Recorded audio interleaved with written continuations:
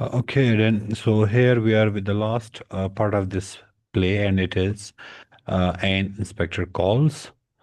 So the first theme from this play is the social responsibility. Like since we have read all the text Hmm. line by line, and we came to know that this was about the social responsibility. We have to take care of the other people. Like you can see that. Priestley, he showed through different characters that all the family of the Burling family, they were supposed to take care of that girl, right? So they didn't care. They didn't fulfill their responsibility. So we would read it here. Social responsibility is the central theme of the play. Priestley believes that every individual is responsible for the welfare of others in society.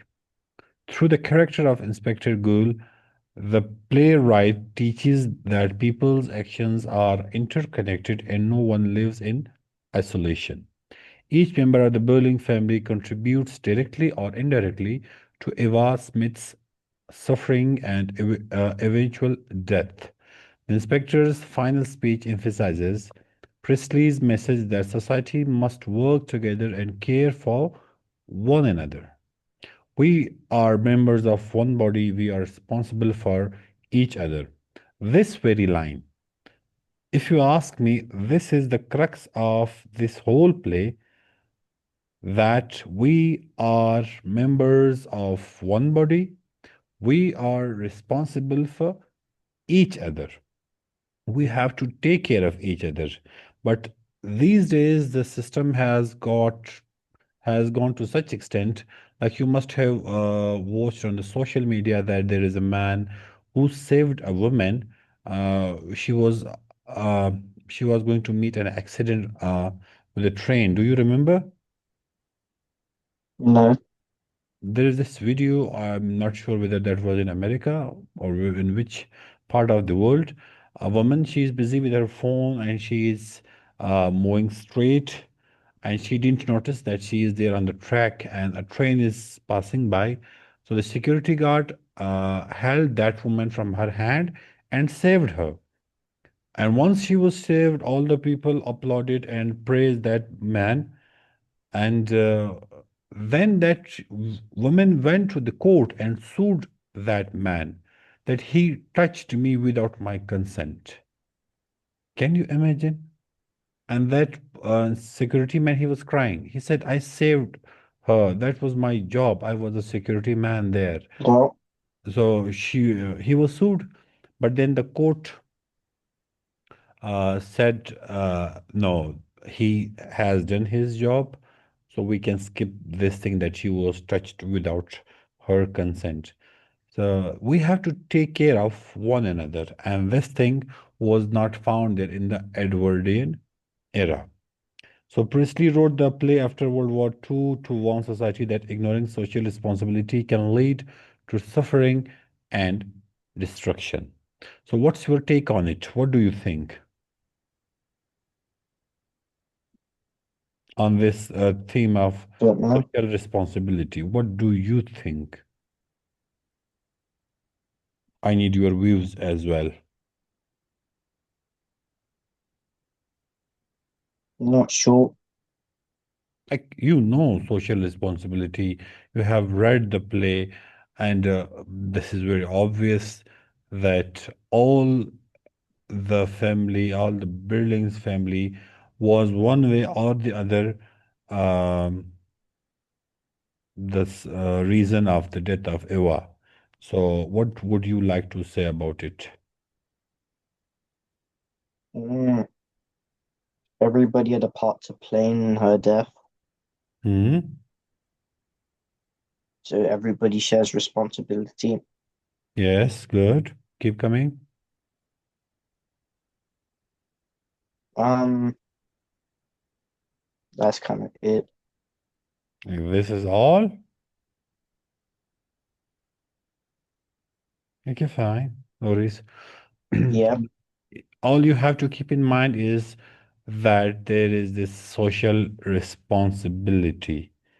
It is one of the themes and one of the main themes of the play, right? Second one is class inequality. So the class differences have been there since the start of this world.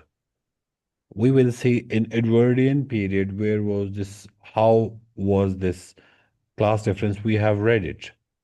So if you come across any such question in your exam, so you shall be able to explain this point to the teacher. So it says that the play strongly criticizes the division between the rich and the poor. Burlings belong to the wealthy upper class, while Eva Smith represents the exploited working class. Because of her low social status, Eva is treated unfairly, dismissed easily, and denied help when she needs it most.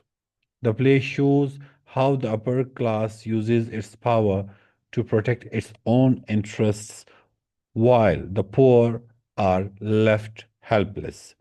So Priestley suggests that class inequality is cruel and unjust, and it leads to moral failure in society. So, from the character of Eva, we are clear that she was treated unfairly. She was dismissed easily from her job, even from the factory, from that shop where she was working, and she was denied to help her. She went to Mrs. Burling, she didn't help her. This was because of the class difference. If she were not poor, she might have been helped by someone. So the first theme was the social responsibility. Second theme, the class inequality. The third theme is capitalism versus socialism. So this writer of this play, he contrasts two opposing political ideologies through this play. Like then he took both of these concepts and he made some characters to show the capitalism and some to show the socialism. Like capitalism, it was represented by Mr. Berling because he always focused on profit, on competition, on individual success. So these are the traits of the capitalism. On the other hand, socialism, it was represented by Mr. Gould, and it promotes equality, cooperation, and of course, the shared responsibility. So both of these concepts were represented by some characters there. Then, Mr. Billing's capitalist beliefs cause him to fight Eva Smith for demanding higher wages, while the inspector challenges this selfish attitude by promoting compassion and fairness. Presley uses the play to support socialist values and criticize capitalist greed, as I have explained it before. Then comes guilt and responsibility. Can you read it for me, please? Guilt and responsibility. Okay, guilt and responsibility. The theme of guilt is central to the character development. Each character plays a role in Eva Smith's downfall, and the inspector forces them to confront their actions. Sheila and Eric accepts their guilt and feels genuine remorse, while Mrs. and Mrs. Burling refuses to accept responsibility. Preach suggests that admitting guilt is necessary for moral growth and change. Yeah, so the theme of guilt and central is central to the character's development. This guilt is really important if you have. Each character plays a role in Eva's downfall, and the inspector forces them to confront their actions. So Sheila and Eric, they accept their guilt. Like they were young, they accepted their guilt and feel genuine remorse. While Mr. and Mrs. Burling refuse to accept responsibility. So their family has been divided into two parts. The first one is the youngers, the second one is the elders. So the elders do not accept change. while the youngers they change. This is why if you see around the world, you will see that the those people who want to see change, they expect it from the youngers, not from the elders, because the elders are done. So the youngers had this guilt and responsibility and their mind. And then generational conflict. So Priestley highlights the conflict between the older and younger generations. The older characters, Mr. and Mrs. Burling, are stubborn, arrogant, and unwilling to change. They dismiss the inspector's message and care only about their reputation. In contrast, Sheila and Eric are more open minded, emotional, and ready to learn from their mistakes. This generational conflict is there, which I explained in the previous one. Then morality and conscience. So the inspector represents the moral conscience of the play. He acts as a judge who exposes the characters' immoral actions and forces them to reflect to their behavior. The play questions what it means to be morally responsible and whether wealth and status excuse unethical action. So Priestley argues that true morality comes from empathy and concern for others, not from social position. So there is this word empathy. I believe that I have explained it to you before as well. So do you remember what is empathy? Isn't it like you feel sorry for someone? So could you differentiate between empathy and sympathy? Empathy and empathy. Empathy and sympathy. I can't hear the second one. Can you say it again? That is sympathy. S-Y-M. That was sympathy. Um, Sympathy and no, empathy. nah, don't know.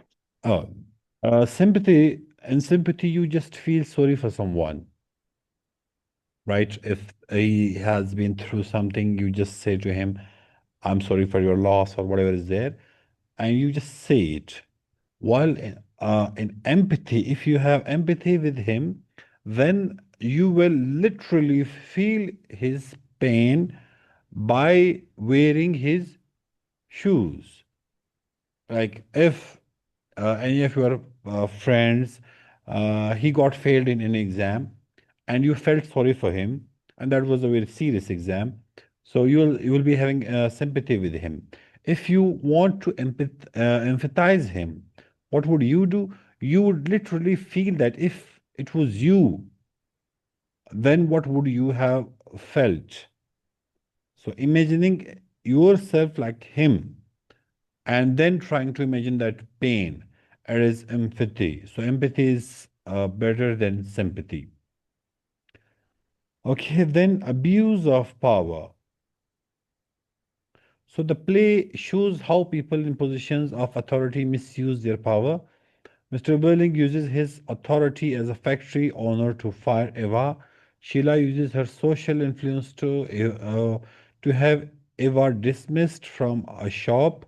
Mr. Burling abuses her position in a charity to deny Eva help. We have read it before. So Presley criticizes the unfair use of power and shows how it harms vulnerable individuals. We have read it. Then comes the gender inequality. Please read it for me. Gender inequality.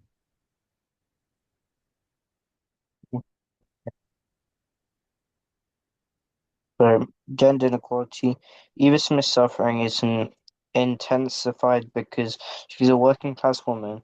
She faces exploitation, discrimination, and judgment from men and women alike. Eric's irresponsible behavior and Gerald's affair demonstrates how men exploit women. Even Mrs. Burning shows a little sympathy towards Eva. Priestley highlights the vulnerability of women in part, a patriarchal society and calls for greater respect and equality. Okay, so this gender inequality, this thing was there. So Eva Smith's suffering is intensified because she is a working class woman. She faces exploitation, discrimination, and judgment from men and women alike. Eric's irresponsible behavior and Gerard's affair demonstrate how men exploit women. So even Mrs. Burling shows little sympathy towards Eva. Priestley highlights the vulnerability of women in a patriarchal society and calls for greater respect and equality. Like she was the woman there, she was abused time and again, she was asked to leave the factory, she was used by both the Eric and Gerald for their own purposes. This is because uh, of the gender inequality. And that is what we know. All you have to do is to keep remember their names, like names of the themes. If you come across any question about the themes, you shall have this list of the themes in your mind, and the rest of the story, I believe you know it. Then comes the appearance versus reality.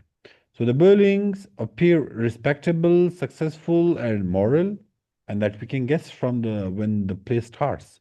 But the inspector reveals their hypocrisy and lack of compassion. Their concern for reputation is stronger than their concern for human life. So it's very true. When the play started, all the family is sitting there and they are talking about right and left about so many things, and they are having the champagne with them, and there is this party sort of thing, and their house look really like it really looks this house belongs to a well-off family. But when the inspector comes, inspector talks to them, we come to know that they are hypocrite and they are nothing. Just having money is not enough. So their appearance was something else, and the reality was something different. And then comes change and redemption. So, what comes in the change and redemption? Can you read it? Okay. Change and redemption. The play explores whether people are capable of changing. Julian and Eric show genuine development by accepting responsibility and for their mistakes. However, Mr. and Mrs. Burning remain unchanged. Priestley suggests that personal and social change is possible only if we accept their faults. Okay, this change is okay, change. Redemption is the a synonym for redemption is salvation. And if you understand Urdu, there is this bachao kamal, to save yourself, right? So the play explores whether people are capable of change. Sheila and Eric show genuine development by accepting responsibility and learning from their mistakes. However, Mr. and Mrs. Burling remain unchanged.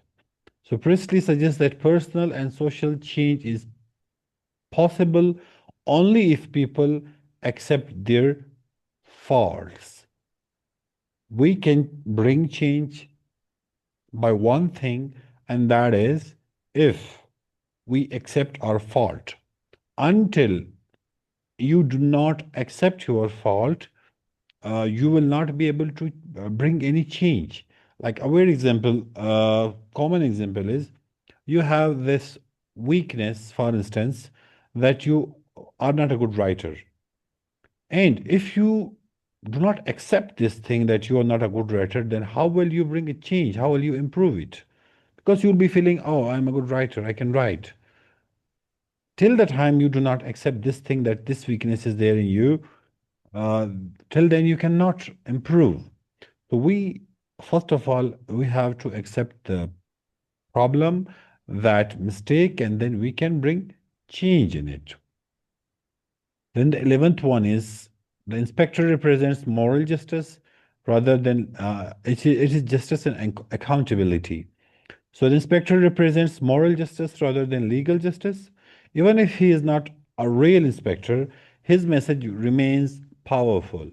Priestley suggests that true justice comes from self-reflection and responsibility, not just from laws. So the final phone call reinforces the idea that accountability cannot be escaped. Right? So this justice and accountability, this thing was also there. Now in the chat box, I will leave some of the themes and you will explain it to me. What do they stand for? Okay.